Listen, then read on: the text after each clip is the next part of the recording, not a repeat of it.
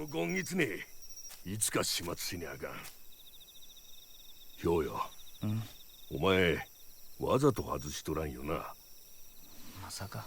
ならええが、甘っちょろい考えで結局困んのはおめえだでな。お前ばっかじゃねえ。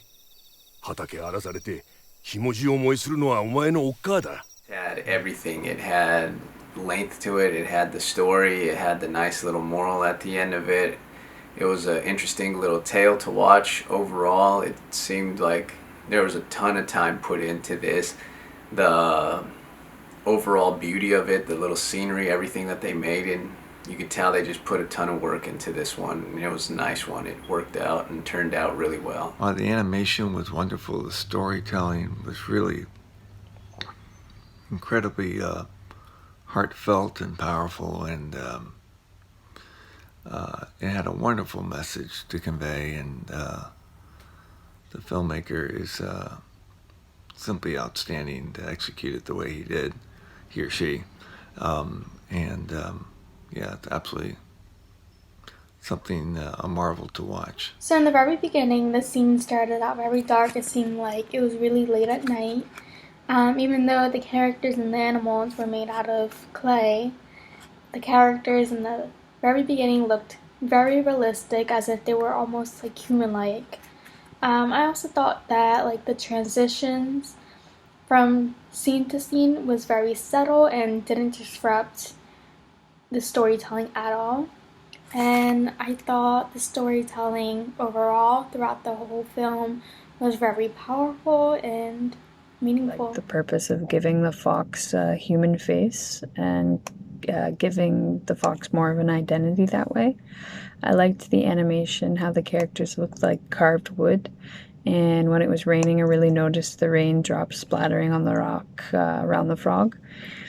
I really thought that the dragonflies were purposeful as narrators. I appreciated the unlikely and also short-lived friendship I think Hyoju had with the fox. It was really a shame that it worked out the way that it did, but I mean, you could see it coming. I loved this. I thought it was so well done.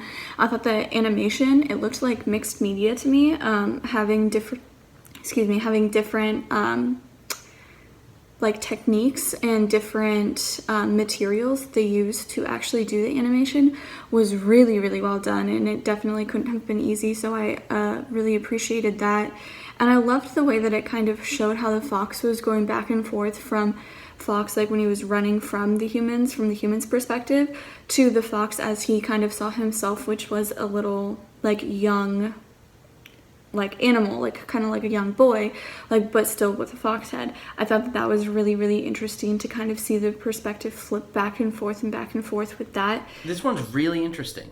I thought it was really cool, the style of animation, and like also the story obviously, but like specifically the choice to, because you're using like miniatures and miniature sets, and it was just, it's so textural. Like everything is very like, you know, kind of like furry, and it feels like you're out in nature.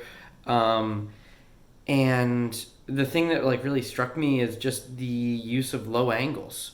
Like I feel like a lot of the time with these miniatures, people, you know, shoot it normally as like where it's just like kind of like eye level, and the filmmakers chose to shoot it pretty low.